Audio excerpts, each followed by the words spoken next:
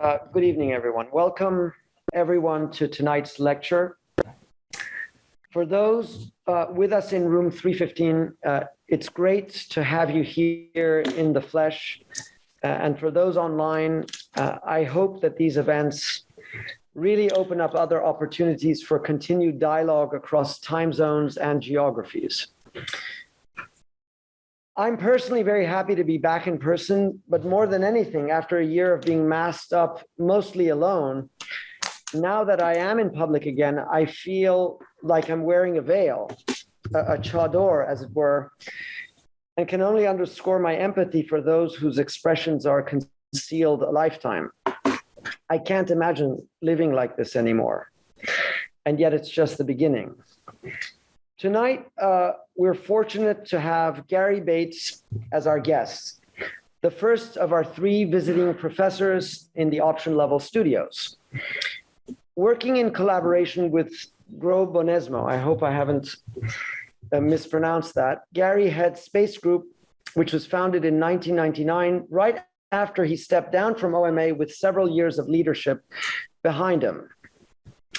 The pedigree shows, as with many other alumni, and it results in a blend of kinship and Oedipal reckoning. His own retroactive epilogue to Koolhaas's Biennale is emblematic of this push and pull, in both reverence and rejection.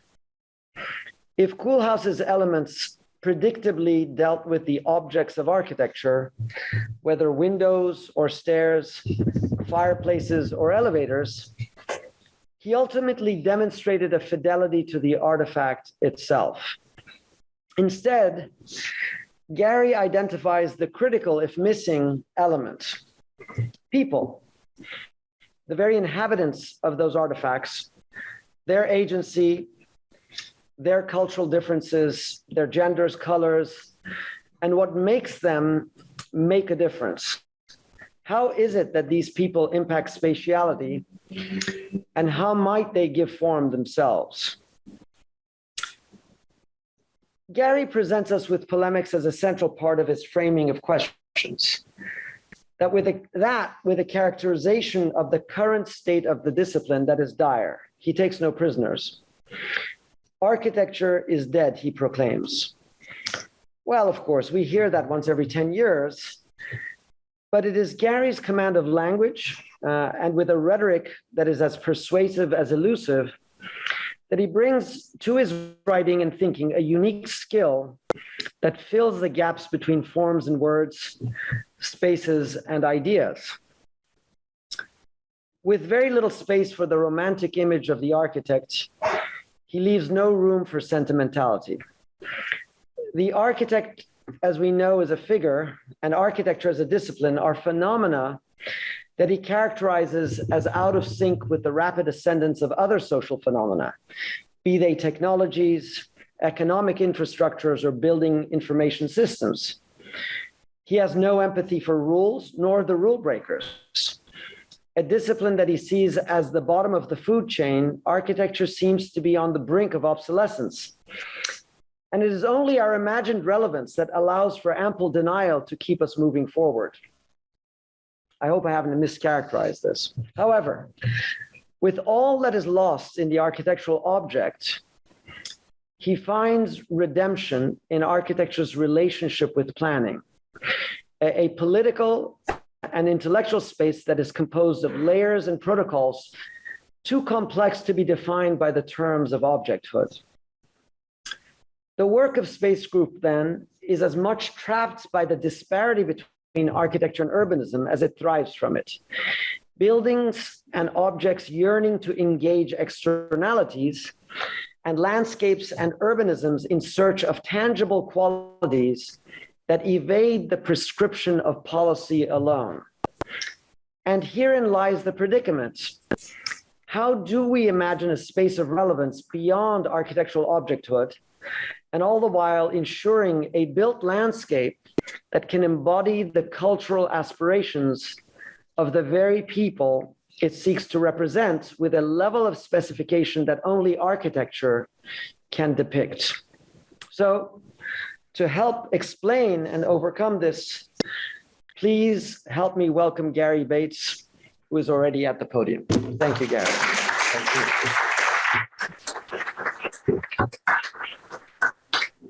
you. Well, it's a great pleasure to be here. It's a bit unreal, a bit surreal to be here. I want to thank Nader specifically, who I know indirectly got a tip from a good friend of mine and what places me here now. But more than that, he gave me the idea to come here.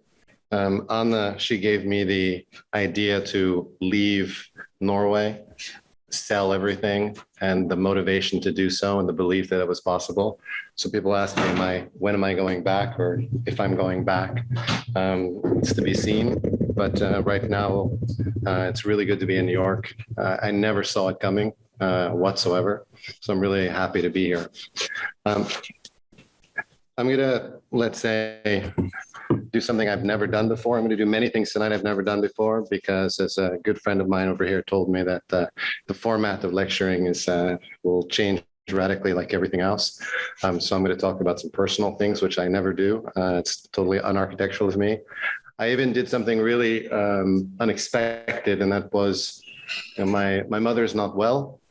She hasn't been well for some time. So I got a call from my brother and saying that we need to clean out her house. So we did that, mostly he. I was in Europe. And then, of course, I knew that hiding beneath her bed was my student work. It'd been there for 30 years, untouched, in a box, perfectly, her opening it every once in a while, looking at it. So I called my father and asked him to send it to New York. And I took pictures of that, and some of that I'll show you here, not all of it, of course. So that's one of my secrets. And maybe one of the reasons for doing that was for me to kind of look back and see some things and how they influenced me. In addition, the lecture is quite raw. I don't have the whole operation of my office behind me and assistants and things. So there's a lecture that's filled with iPhone pictures as much as kind of professionals. There's no Iwan Baan in this lecture. I'm sorry, he's a good friend of mine. So this is a lecture that kind of really shows the work in its the way I'd like it to be seen. Like I started, this lecture becomes particularly liberating for me as I return to New York for the first time in 30 years, but that's not the real liberation. The context I left in the beginning of the 90s, which despite the collective and in some ways beautiful amnesia of Americans, was not dissimilar from today. I met a man in the park yesterday, an old black man who sold me a piece of poetry. He sat down, we talked for some time. He told me he was arrested in the 90s for a minor possession charge, which changed his life forever. Now he's trying to help other people change their life. While we're sitting there, the smell of reefer was filling the park. He reminded me, he said, "Remember when we did this?" He goes, "We did it with respect. We always hit it and didn't blow it in people's faces like now." I had to confess, I remembered that. I referred to Rodney King and said, people talk about all the events that have happened recently. And I said, well, those events were happening before. They just weren't as visual or as present in our life. He said, yeah, that was 1992. He said it instantly. Many people would have taken him as a homeless guy, but I saw there was something there. I didn't get arrested. I could have. Well, actually, I did, but nothing life-threatening. I went to the university, Virginia Tech. Was the first one in my family that ever had been to school. And I was really fortunate to do so. And shortly after I left. But the liberation I want to talk about is one that was offered to me by this lecture. Is that according to the accreditation boards that are on RAPID in the United States, much like the ISO standards, the LEED standards, the BREEAM standards, the well building standards, is that I stand before you not as an architect, but only as a critic and thinker. That's something I've become increasingly appreciative of and find that incredibly liberating. The last time I lectured in the US was a very, very long time ago. I was with a group of Norwegian colleagues at a famous Ivy League neighbor here on the island. It was an epic failure because unbeknown to me, the audience was hungry for old Scandinavian hits. Let's call it ABBA architecture, none of which I had with me. I think we have to look differently at architecture as intellects, as activists, as social anthropologists, as cultural barometers. We have to look beyond the increasingly limited framework that architecture is presenting. In 2007, I curated the Oslo Architectural Triennale, a year late due to the failure of any intellectual accord between the controlling institutions. After inviting me for a critical perspective on their future, they subsequently invited me to be the first curator of their event, which I took, reorganized their system, created an organization, and that first one was entitled The Culture of Risk. And it was aimed directly at Norway. Its obtuse wealth acquired in the 70s through the extraction of natural resources, oil predominantly, and minerals, gas, and the seemingly infinite support system that it gave rise to, with an ultimately paralyzing effect impacting many of the discourses that we have as architects. I come from a background of critical thinking. I studied film, philosophy, literature, printmaking, and politics. The cumulative effect of the background was a rather abstract understanding of architecture as an understanding of the world around me. I only needed to distill it into something productive, impactful, and architecture became an outlet for me to do that. I want to start this evening with a selection first of plans that I want to show. No, first I want to show, if I'm able to change slides. That's me. This is in all 100% honesty, this is minutes before I decided to become an architect. I was 12 years old, and if anyone doubts me, I have proof. I have a small sketchbook where I went and sketched every building in the university, and I decided that I would become an architect. And this is right before. Maybe actually this is me celebrating. On the left-hand side, that's my brother. You just see his afro. On the right-hand side, those are my father's hands. I'm going to show you a series of plans. And these are not the plans. This is what I stole from my mother's bed. And these plans, because I understand also here in Cooper, it's not common to talk about necessarily about urbanism and planning the way that Nader introduced.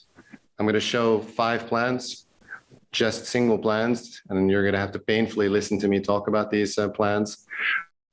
Each one innocuous and not particularly understandable without the story I'm about to tell, but collectively they show how I'm trying to use my voice and the platform of architecture, that the platform that architecture provides, to make a more habitable, more human, more positive world.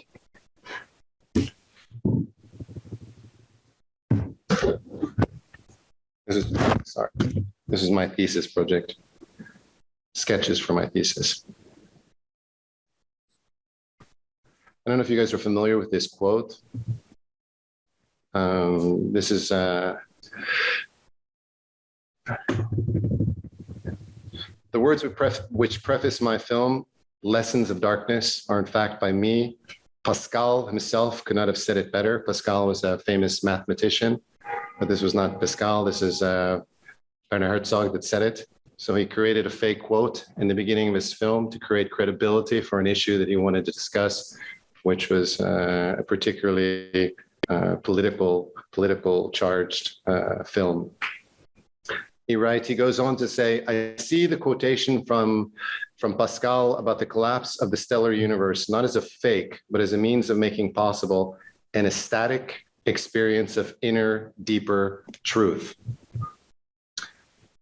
Just as it's not fakery when Michelangelo Pieta portrays Jesus as a 33-year-old man and his mother as a 17-year-old. So I want to come back to this, but the title of the lecture was Make Make.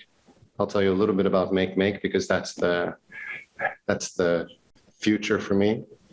And these are 3 the pillars that define Make Make. All right, so this is the first plan. And they're only plans, there are no pictures, there's nothing else coming, don't wait for it.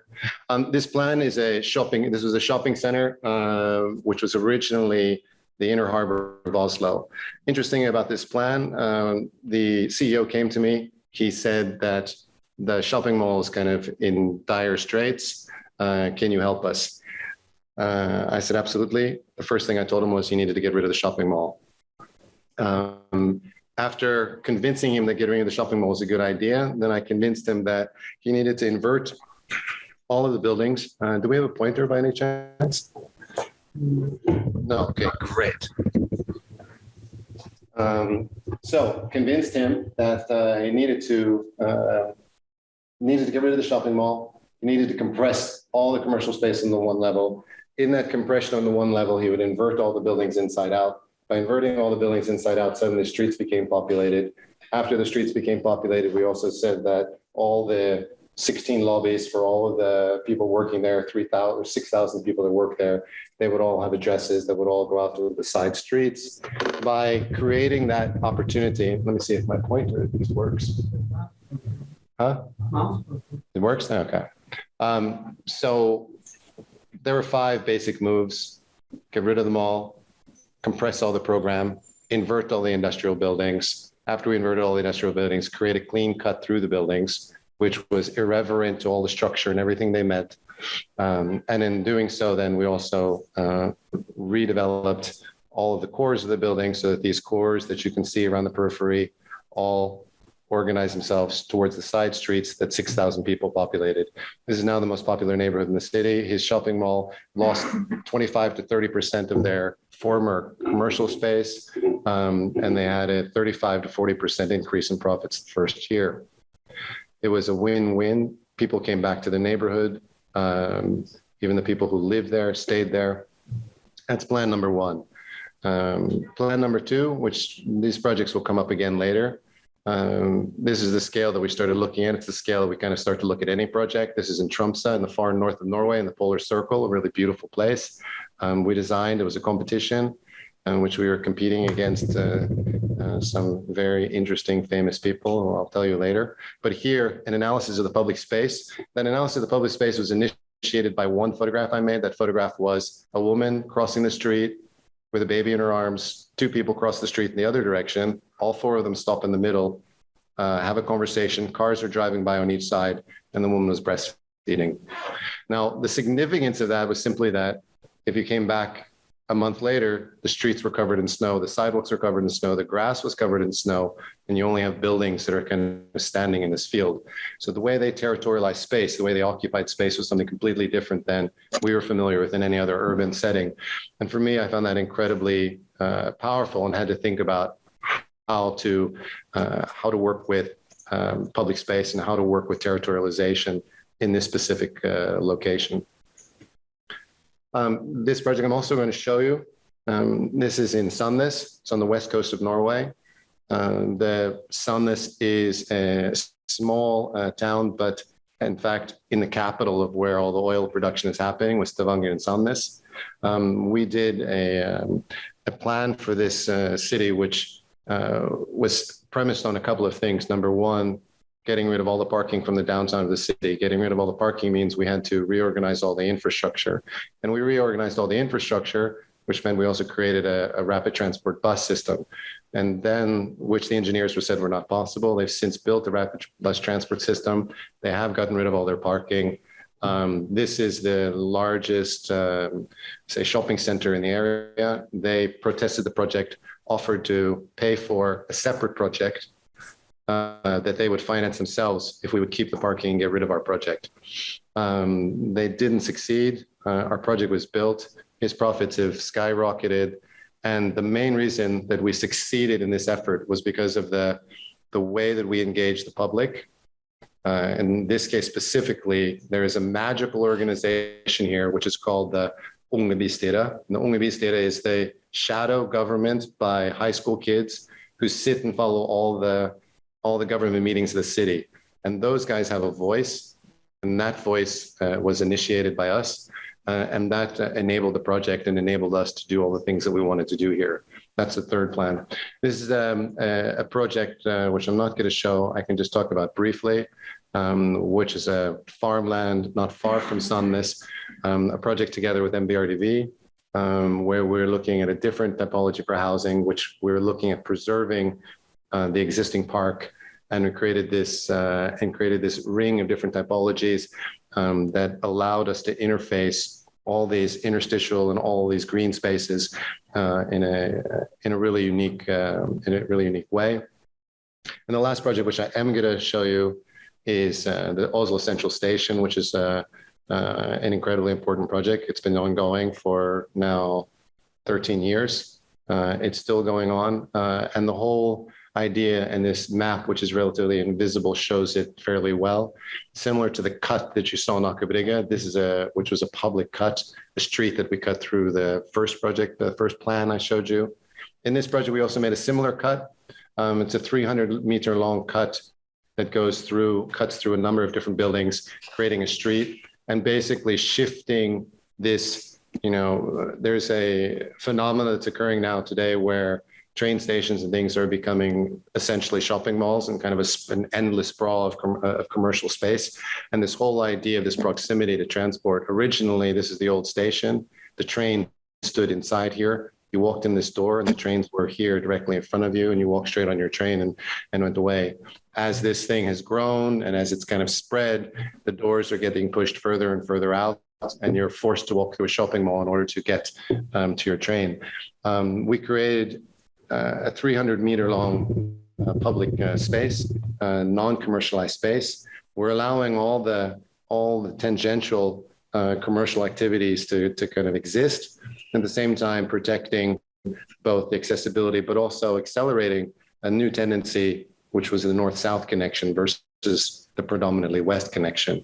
The wealthy side is on the west, the north-south, the south is the water, which now has the opera that you may know, and the north side was a kind of up-and-coming, well, in my mind, up-and-coming neighborhood. In terms of population, a much bigger population. Okay, so those are the moves that we did. I promised my students no renderings. I'll try to keep to that. I'm going to show 7 or 8 projects, depending on how much time we have and your stamina.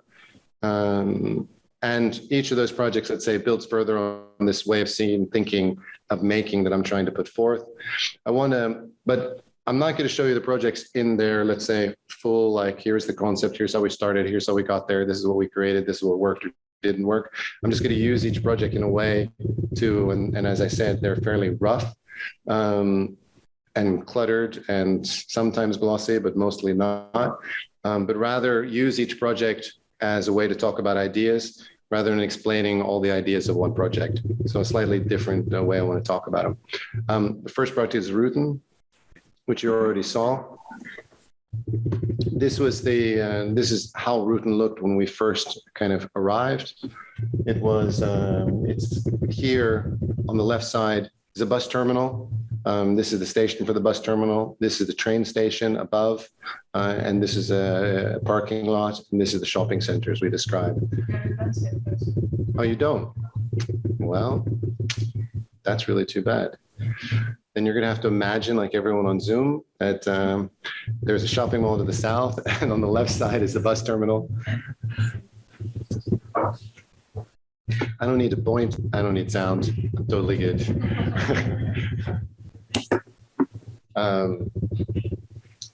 Yeah, so here we wanted to, let's say, for starters, we wanted to create a discourse where everything was in play. Simultaneously, the complete, the future, the possible, questioning ownership, questioning the plasticity of the infrastructure and its absence or disappearance. I love this. I love this. Thank you. Questioning ownership, back to what I said before about the family in the street, territorialization, questioning the plasticity of infrastructure, the absence or disappearance, the Tehrani, the definitions on say densification. So here it is, or here it was. In this scene, you see them when they're having an event called the Blink, which is a kind of race that goes through the center of the city. The bus terminal in all of its glory, kind of interesting that the city has the capacity and the density to allow to store buses in the middle of the city, which we've since changed. The ring, the grid of trees, the pavilions, the gradation of green, the bicycles, the green structure, the benches, the water, the lighting, the route, the skate park, the water. Those are the interventions that we kind of started with. In this slide, you'll see how the situation was when we approached it. This is the infrastructure. This is what we worked on. Now, all of these things that created this beautiful project started with a dissection and deconstruction of this. Not a lot of fun, I would say, but that effort that we made, that 15 years or so that we put into it, resulted in something that's pretty magical. This is, let's say, before. You have to look closely for the difference. This is after. You can see the rerouting of infrastructure. We got rid of the bus terminal. The terminal is gone. The infrastructure is rerouted around it. This space now is entirely liberated. We also are currently doing the master plan here. This building is complete. This building is starting construction in the fall. This master plan is also car-free. So with the exception of the City Hall building, which is encircled by traffic, we managed to liberate this site, reorganize the high-speed bus line, and give us a stop in front of our property to make sure all these people have access. So those were, let's say, the moves that we did that went beyond the scope of our work. This is for my guys, showing them some other ways of presenting. This is how we kind of imagined it. The roof presents covering. The roof also helps us divide the site into 3 zones, or 4 zones, let's say. You have the zone which is where the bus terminal was, which is no longer there. You have the zone of the roof itself, which is this city. It rains about 285 days a year. You have the zone in the middle, which creates an event space and a kind of natural, let's say, area for concerts, etc. And then you have the zone. To this side here, which is where the playground and skating park, partially covered, partially outdoor, and the denser, greener part of the site. Looking from the train. And now you're going to get some bad telephone pictures. This is how it looks now today. It's those wooden fences will go away. Now it's a very early stage, the landscape. It actually just opened this spring. So this is the first kind of green that is coming up. The roof is moving in many ways, both across its section, in its length, in its width, giving different perspectives, different proximities to the ground and covering. All of the tile and patterning on the ground is also parametrically modeled. Each stone was kind of given a dimension, place, and size, and we mapped out these kind of tens of thousands of stones. I'll go really quickly through it. Some of the different types of furnitures, some of which are used by skaters, some of which are normal furniture standing in the space.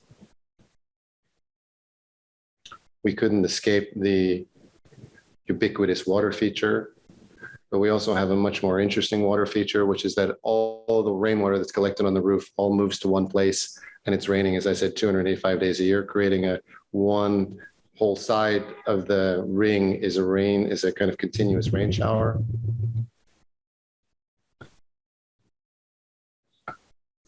It's incredibly populated, kind of constantly populated.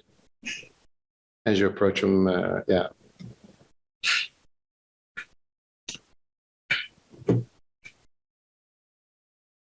These look like renderings, but they're not, I promise. So the pictures are beautiful. The effort to get to these pictures is enormous. This is like I said, a 10, 12-year project.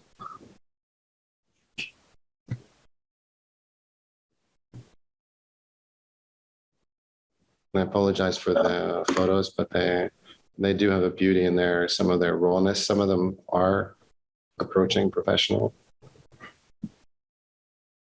Now you see the shopping center on the left, the skate park, which is partly covered, which means they can skate year round, which for them, there's almost never any snow here because it's by the coast.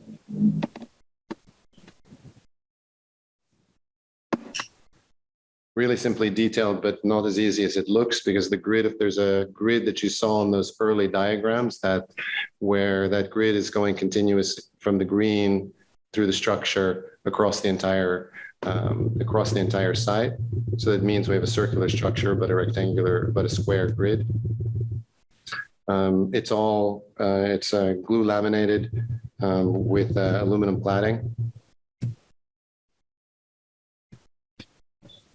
which gives a quite nice reflection. That's a photograph by Nader Tehrani, famous Norwegian photographer. Okay, that was the first. This is the Central Station project. This is a competition that we won. I also have a small lecture at the end if we make it about competitions, something that we do infrequently.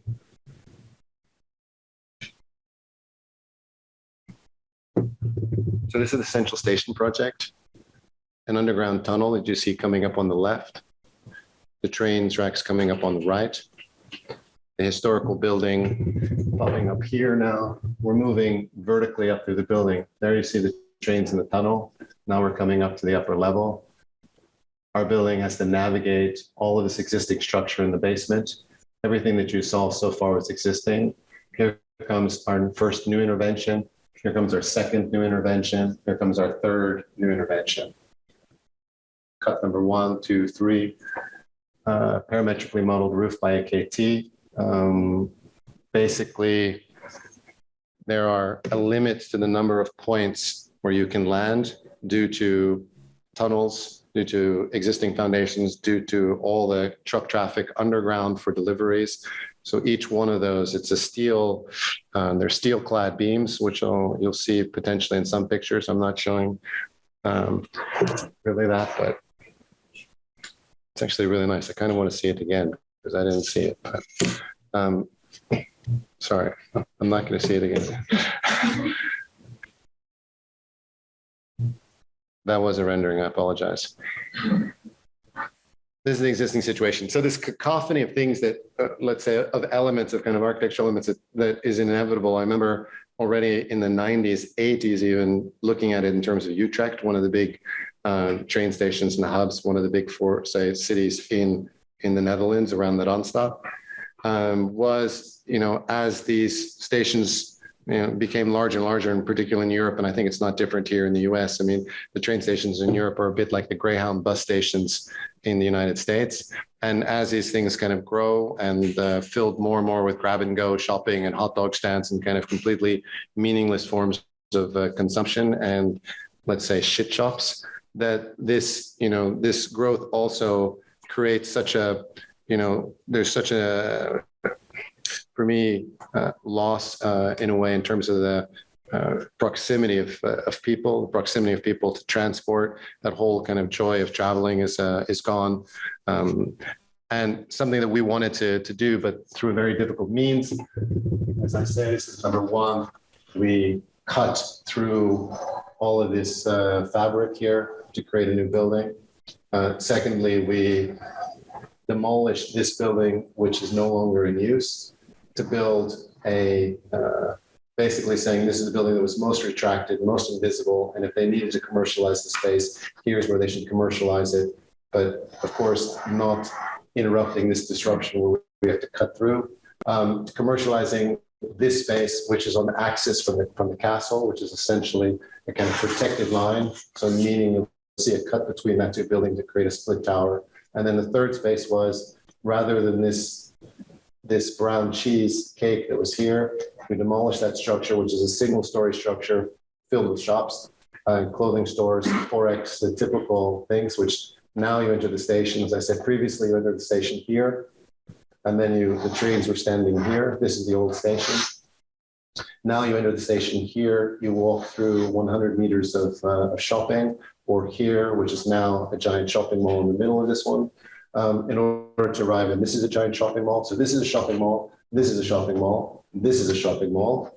And those are the ways that you actually get to this street and the trains. This is the west side of the city. This is the affluent side of the city. This is historically Leicester. The river comes out here, and that river was in a way the division, like many cities have, like infrastructure has defined the cities, in this case, the river, which is covered, divided the city into two parts.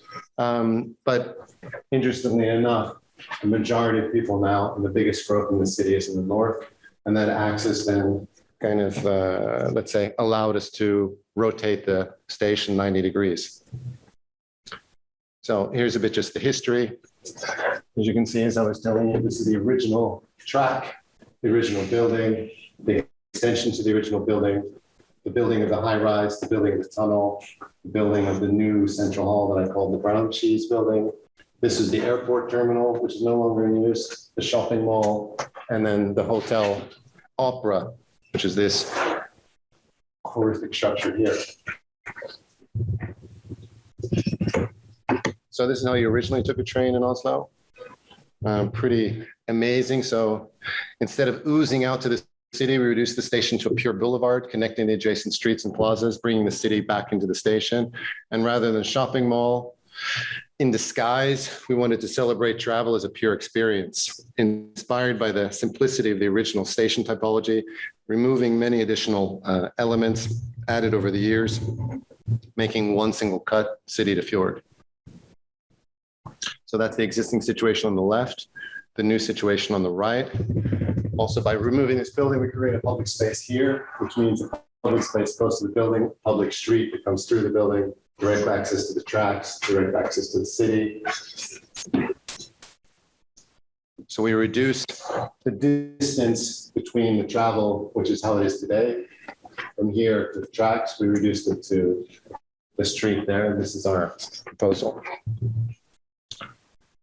And this number kind of allowed us to, there are two things that made this scheme possible, that made it feasible. Number one, of all the competitors in the competition, this was the smallest scheme with the greatest yield. So for the developer, I think he never looked past the bottom line, not understanding the complexity of what we were proposing, but we had the smallest program, but with let's say, whereas we didn't focus on the shopping mall and focused on the mix and diversity of functions there, plus the added public space, it gave him a much better business case. So we gave him a business case, we made an economic plan for it, we gave him a technical case together with AKT, but also this simply showing where the city is really moving. So while they're building a station that keeps growing in this direction and growing in this direction, the city is really growing in that direction. These are the public spaces in the city. As you see, ever since that's happening in Tromsø, I've become obsessed with understanding the proximity and types and sizes and orientations and daylight and sunlight and covering or non-covering and territorialization of public spaces. This is the beautiful entrance to the train station from the north today. So that's what's kind of, we found so ironic. This is the situation. There's the majority of people, there are 50 million passengers a day. The majority of people are coming from the north, and this is the reality. This is what they're confronted with. So obviously, our suggestion would be to bifurcate between those buildings and all the way to the south and towards the fjord. This is some beautiful telephone images from inside the station today. All along the cut. This is what we're cutting, let's say. This is my cut. And arriving on the south side. This is the, let's say, inspiration. This is a model, not the rendering, guys. So this is the structure that we developed together with AKT. And what we essentially create is a bridge that goes through. The argument is that the space above, which is office space, number one, there's a public space here, which navigates the different heights, navigates the service areas, navigates the tunnels, and allows the connection from the north side now, which we've reached, to actually come up and through the building. These are the towers that I told you about. And on the top, there's a 300-meter long park that's also publicly accessible here in this axis here towards the south. So everyone from the south and from the upper roof, when they're tired of standing on the sloped roof, they can come here and walk on that park there. In that section, then each one of these points, these steel, kind of, this is These are steel construction. Each one of those points is carefully defined. As you see, each span is different because they're just very specific points where you can land on. But it creates a kind of a beautiful condition underneath it. The tower, which looks like this. There is the access to the roof, which comes out there. And this is, since I couldn't show any renderings, then this is the best I could do.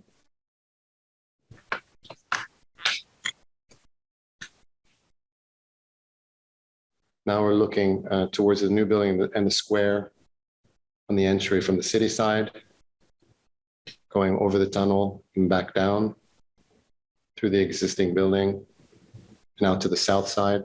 Our back is now to the water and to the opera.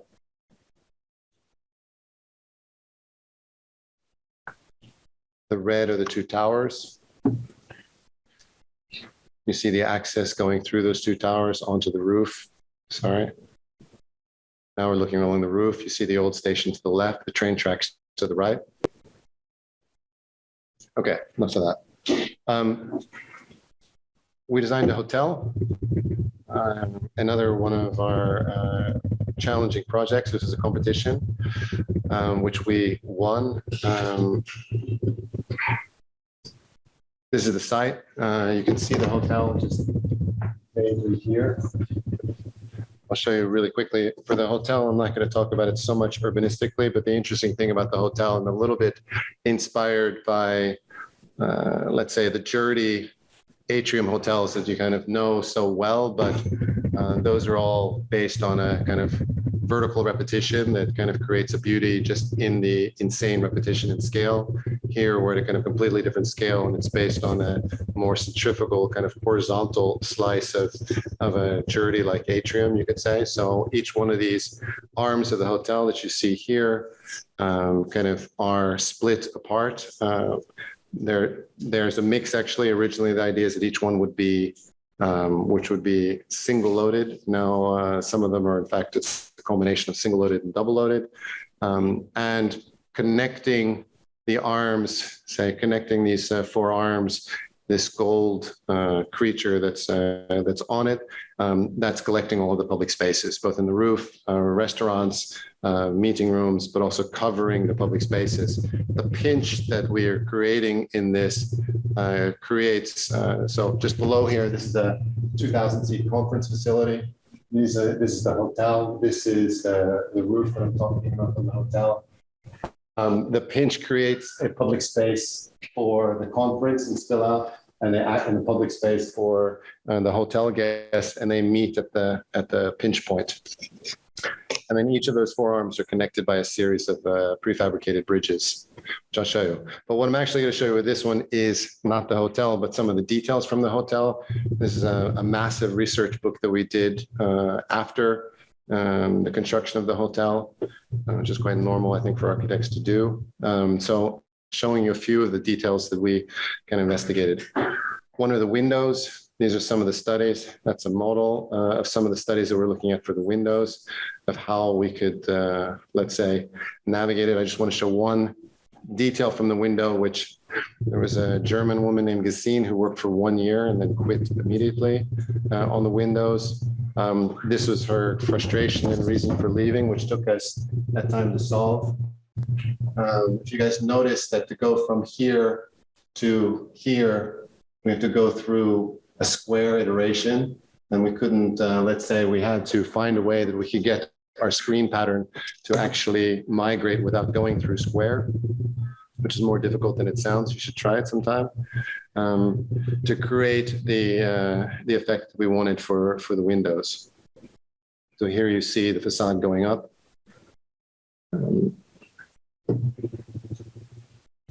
These are actually all of the rooms on one floor in the building. I cheated, it's actually 2 floors because some rooms are occupied by guests, but it's a rotation around the entire building one time. Those are some of the obsessions that we have to understand how they were working, what views they were giving.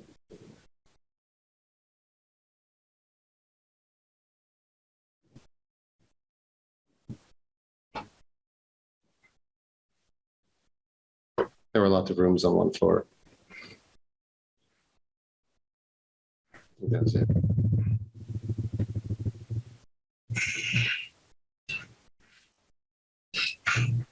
But we design everything. We design all the carpets, all the patterns of the carpets, all the migrations of the carpets, the gradations of them for each of the rooms. This is one of those situations where we were in everything. There's chandeliers that we designed. Those chandeliers look like this. This is the detail of the chandelier. This is the chandelier installed, looking at it from the bottom. The lifting, the mounting of the chandelier. This is actually a photograph from how they look in place. That's an acoustic wall to the left, which I'll show you. This is the acoustic wall, doing really interesting calculations, understanding the reverberation times in the room for different speakers, different events, different types of performances they would have in the room. It then looks like this. As you can see, the underside perforated, the top side not perforated, which then looks like that when standing against the chandelier. This is the chandelier when it's off, and it loses that volume because all these elements are transparent in the chandelier itself. Something as simple as the bathroom. The sketch on the left there shows a bathroom of mirrors, each one slightly shifted and adjusted. So the bathroom looks like this when you walk in.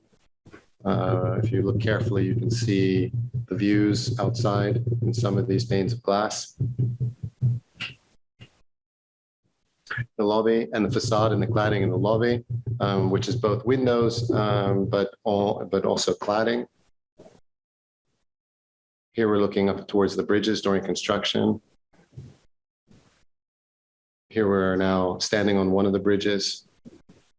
That's also not a collage, although it looks like it is. This is a completed construction. The gold roof. Now we're standing in the lobby for the conference center, looking towards the lobby for the visitors for the hotel. Some of the windows that are looking from the corridors, from the rooms that look back into the lobby. A piece that folds down into the foyer, bringing natural light into this gold copper-clad roof. The production of each one of those elements to give you an idea of the scale.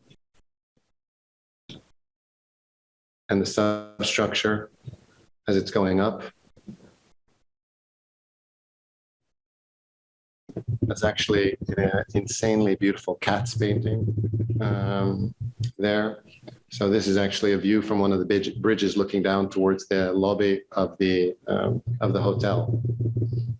And this is a view from one of the corridors looking back towards the bridges in the lobby. Last thing is the facade of the conference center. Each one of those, say, metal flaps, it's of course laser cut and then hand bent, creating a kind of a swarm-like effect. And again, some telephone photographs that make it look a bit surreal, like a collage. It's actually real and super cold. The roof comes down and creates also the covering. So the roof starts on the base, creates the covering, creates the some rooms and spaces above, as well as the restaurant. The facade and the sky bar. Okay. Sorry, I think the text speaks for itself. I promised, yeah. There wouldn't be any renderings. Those are the competitors for this competition. Maybe some of them you know, MBRDV, FOA, FSAH did. I think, let's say back to the urban planning, I think one of the things that we did is, and this is, again, this refers to the Prosnäset is the name of the project. It's in Tromsø. It's a ferry terminal, a bus terminal, and cruise ship terminal, all in one. One of the things that we did, I think, was particularly important there, and this is the place where I took the picture of the woman and her family in the middle of the street, was we designed a project based on the premises of the city, where all of our competitors designed a very big building. We did not design a very big building. So we, in fact, broke the building down into scales that were commensurate to the rest of the city. And then created public space, like really specific dedicated public space through an analysis of the city's public space that offset things that were absent or missing in the city, which now the city is kind of actively, they're like continuously looking for ways to activate that space and to become an important contribution. And in doing so, one of the things that really motivates me in my thinking is this, again, this idea of territorialization and how you can create spaces that people, my clients are always asking me like, how do you make a popular building? We make a popular building by letting the popular in, by letting the popular use it, by kind of making it accessible. And that's always a really difficult thing. We're doing a similar project now for a factory, and they're saying that how does this factory, which was historically taken over by the Russians and turned into something really bad, how do we make it kind of, fit into the city again? I said, well, get rid of the wall first. And I just remove this 3-meter high wall that goes around the whole thing. They're like, what about our security? I said, well, what do you want to be secure from? So this is the competition. This is the site standing on the mountain. So this is not a plain. There's a mountain on the opposite side, which is like 400 meters vertically straight up. So I'm standing on that point, looking down, together with a guy named Jakob Van Rijs. And this is the site that we're looking at. This is how it currently, this is how it was before we came into play. This is the old city. This is the church. This is the main street in the old city. Lots of wooden structures, 2-3 stories high. Some really bad structures that have come up recently here in the front side of the city, including, of course, shopping mall, which are acting on a number of hotel buildings. But this is basically the kind of scale of the 2-3 stories throughout the city. This is the old city. And this is actually where the boats and fishermen landed when they came to the city. So this is a project that we did. Very quickly, this is the terminal building. This is the headquarters for the Tromsø Harbor. And those are offices related to that. This is one public space which has the view over the water. The basic move was we lifted the street up to cover the cargo and create public space. Elevated public space, and street level public space on the front side. So by retracting the building, by cutting the building, by lifting up this public space and creating a new datum and placing these buildings on that datum, we both cover our buses, cover our cargo, allow public space to come on top of the building. And it looks something like this. This is the public space on the front side where people come in. The road is kind of lifted up, so the road continues into the building.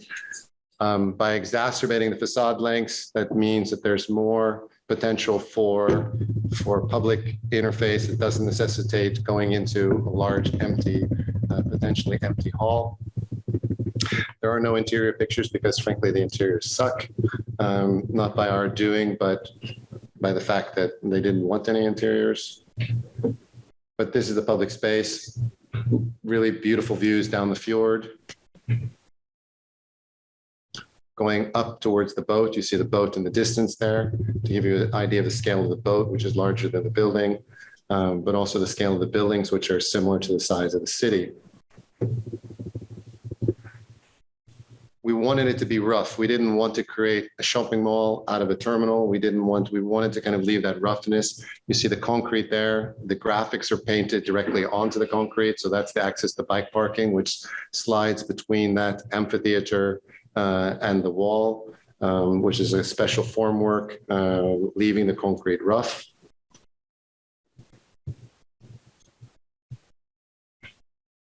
The detailing is not to be appreciated, but this is the mountain where the picture was taken. The first picture was taken.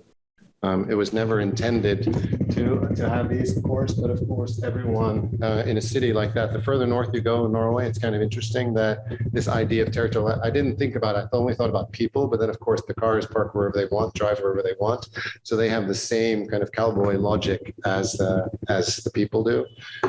So we had to create some interferences to prevent that. You see just below the recurring pink or orange color, that's the buses below. Looking from the boat, the cut below, this is standing inside the bus terminal. The view or the non-view from the other side of the water. There you see the cargo and the terminal on the left and the headquarters on the right. From the city, from the church, the backside of the church, looking up the road, the boat and the mountain in the background. Amphitheater. Again, from the boat, which brings cargo, brings cars, brings all the food transport. There's very little connection to this part of the country. So the boat is actually not just for tourists, it's a 1,000-passenger boat, but it brings cars, cargo, and many other important kind of things delivered to the city. This city is just inside the polar circle. Sorry, the concrete, the hall during construction. Some of the details from that. The bridge over the buses drive in one side and drive out the other side, and creating a bridge, which is this truss that you see there. Passengers coming up from below. On the one side of the building, we have speedboats. On the other side of the building, we have crews. Underneath the building, we have buses, both regional and local buses. Some of the dealing with the cacophony of information, tracks, lightweight ceiling that can't support anything, the truss, substructure, lighting, all with a relatively low, very low budget. This is the view of the quay and the ISPS zone. All right. Should I continue? Okay, good. He told me that people more or less can't stand more than 45 minutes. So I'll continue a bit more. I have a couple more things I'll show you. I can speak faster if that helps.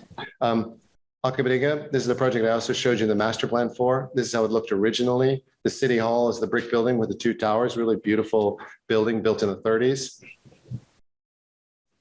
This is the old hall where they built machine engines for large seagoing vessels. Basically, this is the punchline. I wanted to get that building back somehow, and I think that's what we tried to achieve with our project, was to resuscitate that building that had been consumed by the 80s. As you know, there was this in the 80s a big push to create quasi-industrial. I mean, it happened in Baltimore. It happened, I think, here in the US as well as in Europe. And we wanted to erase that history. So this is the building. This is like two of the buildings, but actually we did the master plan as I showed you before. This is how it looked inside, kind of phenomenal structure inside as well. And this is what we were met with. So this is the original building, and this is what it had turned into in the 80s. Wasn't very convinced of that. And this also made me less convinced. Everything that's red is bleeding out. Everything that's pink is about to die. Everything that's blue is stable, but not great. And everything that's green is making money. This is the diagram that started our research. This was like the information the client gave me. He said, Gary, what do I do with this information? This is obviously the ground floor and the bottom, second floor and the top floor. So that's what we were working with. The first thing, as I said, that I told him to do was we're going to get rid of the shopping mall. We're going to delete all of those objects. Everything that you see hatched in red, we got rid of. Partly because, as I said, I wanted this. So I started by deleting everything that you see. Then the curved line that's cutting through, that's the clean cut. That cuts through all three buildings. That gives you a public path, an outdoor public path that cuts through all the structure. We deleted the beef house.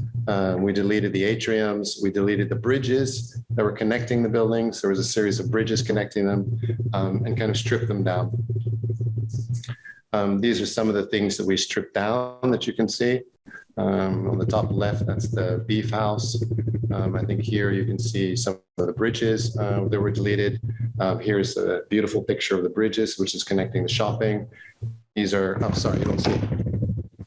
Bridges, fake balconies, more bridges. atriums, extensions, shopping signs, beef house. All the appendages of the building were taken away. This is how it looked in all of its glory when we arrived. And like this is how it looks now. This is our deletion. In the 20 years I've been there, I never saw a person on those streets until now, but the inversion of the cores meant that 6,000 people come in and out of these buildings. This is one street, but there are many streets. And the interesting thing is when they opened up on day one, they called me and said, "Gary, your concept's not working." I'm like, "Well, what do you mean it's not working?" They're like, "But you told us it was going to be full of people and it was going to be really," and I said, "Did you put any furniture there?" They're like, "No, that's a good idea. We have some furniture lying around, so we'll put some furniture out." And then they called me a week later and said, "Yeah, now it's working." Bike parking, furniture, all the paving, everything that you see has been touched. There's nothing there that, well, I didn't touch that sign on the left, minus 30%, but everything else has been touched. The drainage, the paving, the facades in the building on the left were totally redone. The facades in the building on the right were what you saw, were totally stripped down. That facade on the right was like this, which this is exactly the same photo, which is like this now. So it gives you an idea of the intervention that we did. But the intervention, again, now this is adaptive reuse. We're not making new architecture. But we're making, I would say, rather impactful kind of change.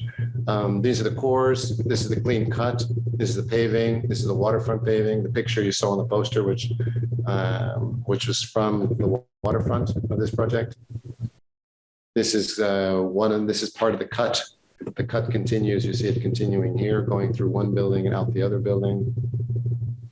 This is our translation of all the cores to bring light into these deep buildings, taking the existing kind of shafts. And we also deleted a lot of function. This is the wrap, everything that you saw here on the outside. We said every single window can have floors in it. Everywhere there were these large windows, we're going to expose them. We're going to cut back the building. So they lost, on the one hand, as I said, they lost a lot of square meters, but they also lost a lot of square meters of shopping, but they also lost a lot of square meters because we said the facade has to be returned and we're going to give depth back to the building again. So these kind of conditions happen, which didn't happen before. Here there were floors, all those floors were ripped out. Here there were floors, and lobbies for offices. They'd never had lobbies before. To enter the most expensive offices in the city are here, and to enter them you had to go through the shopping mall. Now they all have addresses, which open up on the side streets. This is another side street. This is the other side of the building. Okay. I'll show, I think, one more. This is the last one. This is also an adaptive reuse. I'm ending with the two small ones, actually. I have one more small thing I'll show you. This is a Nader Tehrani project that was completed some time ago. One of the first kind of major adaptive reuse projects in the city. It won the prize for the best project in the city that year. And only interesting because it was going against, let's say, a big famous museum by a big famous Italian architect on the waterfront. So it's interesting for me that the city prioritized adaptive reuse as an important frontier. This is the kind of creative core where this stands in the center, an old factory. This area is called New York, actually, an old textile factory. We did a renovation of the textile factory, which didn't have drawings. We did a renovation of a neighboring building, which transformed into kindergarten. And this building looks like this now on the left-hand side. It looked like this when we found it, when we started. So this is where it came. The city didn't know how the building looked. So first we had to convince them how it looked. There were no pictures in the archive of how it looked before we started our transformation. That transformation included rebuilding a part of the building that had burnt down. This entire part of the building had burnt down previously, which we rebuilt after we proved how it looked, which was, back to my quote, complete fakery. We had no idea how it looked, but it was necessary to have the complete fakery to get to this point. These are the spaces as they were, starting construction. And this is the building completed. Very simple. This is the new building that we rebuilt these upper floors. Actually, the entire building was gutted. There were no, as you saw the inside of the space, there was no floors, no walls. We built a vertical circulation. We reopened the windows to allow light into the factory. And essentially we created a layering of space that looked like this. That layering meant that cinemas, sound studios and things were on the ground floor. The middle, on the basement level, I mean, technical, cinema, sound. On the middle floor were all the sound studios with these extremely complex walls. They're doing Hollywood films and things there. So basically all the floors have dilatation. So if you jump up and down on the floor and yell and scream, the person in the sound room doesn't see any vibration, hear anything. And then as we move up the building, there were offices and a showroom on the top.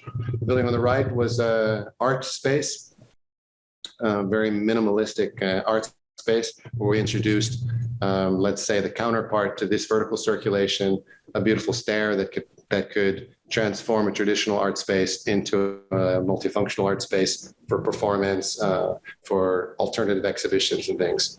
So this is the space inside after it's finished.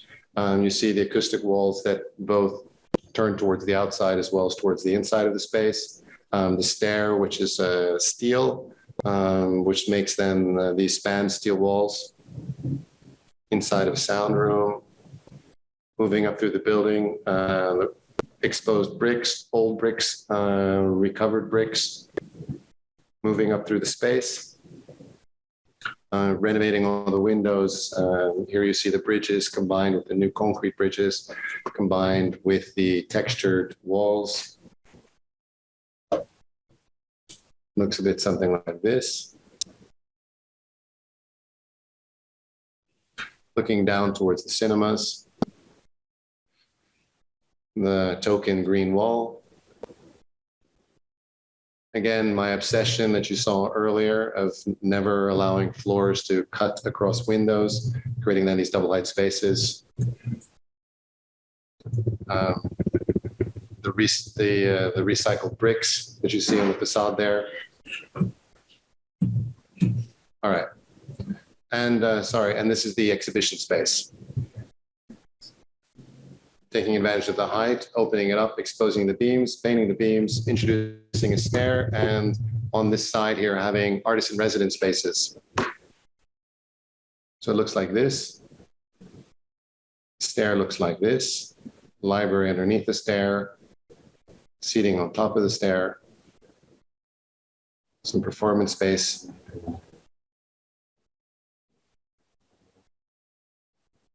The detailing of it.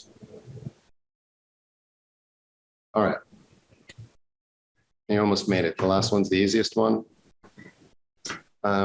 Just to go, maybe if you're lucky, you can make a connection to anything I said, but it's also the smallest project, so there's no urban in theory in it. But it's the first project that I did when I came to Norway. I actually did one project before going to Norway, which was a house in Groningen with a very interesting PTFE facade, part of a master plan with Toyo Ito, also together with FOA and Tony Fretton, a really beautiful master plan, which I can show another time. This is the house for a very young couple. I think they were both plus minus 30 years old. They had a waterfront property. But their house is facing the wrong way. It's kind of facing towards the water, but the water in this case is towards the north. So the house does a kind of very interesting move. They wanted a very open house. She wanted a farmhouse. He wanted a fairly expansive villa. Very different kind of ideas, but the simple idea is that the two levels of the house are organized in two different directions. The ground floor, this is the second floor you're looking at now. The ground floor opens up towards the water. The second floor opens up towards the south, the sun, the view. In case you're curious, yes, there's an octopus that's silk screened on the facade. That's one entry. The second entry is down into the middle of the building. That cut in the middle of the building allows light to penetrate deep into the space. Libraries on the right side, kitchens on the upper floor, living spaces below. a private courtyard for the master bedroom you see there. Just show you, and again, hopefully you can make some connections to other things that you've seen. This is the structure. The structure is really interesting. Already here, let's say this project is from 2003. It's 18 years old. Already here, we were experimenting. Now we're using steel cassettes with insulation inside of them. Those steel cassettes allowed us to deal with prefabrication. You can see the size of each element is 2.5 meters or so by varying sizes from 5 to 7 meters long that are welded together on site. Each of those then allow us to, we can slide them on, created a substructure, gives us large spans, gives us a roof that has a first level of insulation. So we only need a kind of cold bridge break on top of that. It allowed us to then essentially create a complete column-free space. Not that we needed a column-free space, but it allowed us to do that to give us the flexibility of the interior space. This is just from the other view. So it looks something like this under construction. That's me in a younger, hairier version. This is the library on the right and the kitchen on the left. This is the cut that goes through the house. So now we're looking towards the water. These thin steel plates also prefabricated. And it was this whole idea where we started to work with. These were 55 millimeters thick, a composite structure with steel and concrete, making them extremely strong. Those are each for the bedrooms. They were then painted in blackboard painting. So the children were making massive drawings on the wall. At the same time, we didn't have any doors. We just created textile, an elastic textile, the ones that speed skiers use, that was sewn together with felt to create the entry to each of the bedrooms to give them acoustics and tactility. It's the bedrooms, the living room, the cut going to the second floor, the fireplace in front. Here we are sliding in these elements on a temporary structure. The stair cantilevering from one side towards the glass. It says Bull, it says on his helmet, I think it says Bull, the welding machine. That's his name. This is the guy that put it all together for us. I'll just walk you quickly through it. So opens towards the south, one entry behind the octopus that you can slightly see there. And then here, a second entrance. So car approaches and drives underneath here. It was technically impossible to do. So the car drives underneath here. The house is cantilevering and standing, or the house is, the deck cantilevers and stands on the mountain. Which we kind of cut back, which we wanted to leave it exposed. That was the stair that you saw previously. This is a view on the west side of the building. This is the approach with the entry into the garage. The kitchen, which overlooks, let's say, the dining space just below. Looking back towards the entry, this is the second entry coming directly down, or the entry coming in the second floor. The bedrooms are in this wooden cabin here. There's another secret door that you don't see here that brings you down to a private room that he has. A guillotine door that allows them to, the house doesn't cantilever with the exception of this small terrace, and the guillotine door allows them to move out onto the terrace. These are the kids' rooms using this special textile that we created. The fireplace, which has fiberglass behind it. So every time he turns it on, by the way, no, this is not their furniture. And this is pictures were taken before they moved in. So it's a much more decadent space than this. The beginning of them furnishing it. Fancy furniture takes a long time to order. The entry, as I talked about before, and this third cut you see is coming then from that garage that's sliding behind the terrain. So you can come from the garage directly in, from the garage directly up, from the garage directly into the bedrooms. So this flow and this kind of movement is something that was, let's say, having these different conditions. Summer, it's very important in Norway. It's summer condition, winter condition, how you use the house, how the house opens up, but how the house also, how you can close the house down when it is winter and minus 20 degrees Celsius. The approach over the roof, the same view at during the night, the terrace. On the right-hand side, there is actually someone showering there. On the right-hand side is the library, and with a small bathroom and an apartment. This is the fireplace that comes out here. It looks like that from above. This wall opens up, the fireplace rotates, so when they want to sit outside in the wintertime, they can still sit outside and rotate the fireplace, the second fireplace. Yeah. This is the stair that came up from below. This is the driveway into the, and yes, it is exposed stone, just so you don't see it here. And that's his library, which, what I really love about the house is the way they use the house.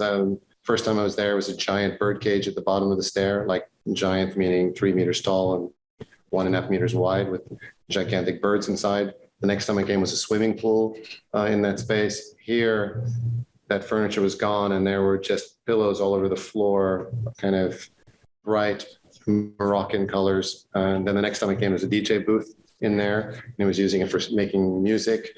So, I mean, that's the greatest thing in such a project is when the owner just owns it. And that's the whole reason they're called the owner. When the owner owns it and really makes it their own and kind of, you know, every time I go there, I have no idea what I'm going to find and what they've done to the house. And that's what I really respect and admire and love about it. Some cheesy lamps that they had over the dining room table at that time, combined with fake designer chairs that I made them throw out. They were not to wear, they were fake. All right. Starting a new company in New York, it's called Make. The lecture is called Make. I talked in the beginning about making. The word make, well, number one, it's as I said, a focus on making, which is directly related to architecture. Maybe not necessarily the evil twin of architecture, but closely related. Make is an epizeuxis. If you guys don't know it, it's a very simple rhetorical idea, creating emphasis. But basically, we're looking at making that takes into consideration the implications of urbanity, community building, reusability, economics, risk-taking, making the real. So that's Make.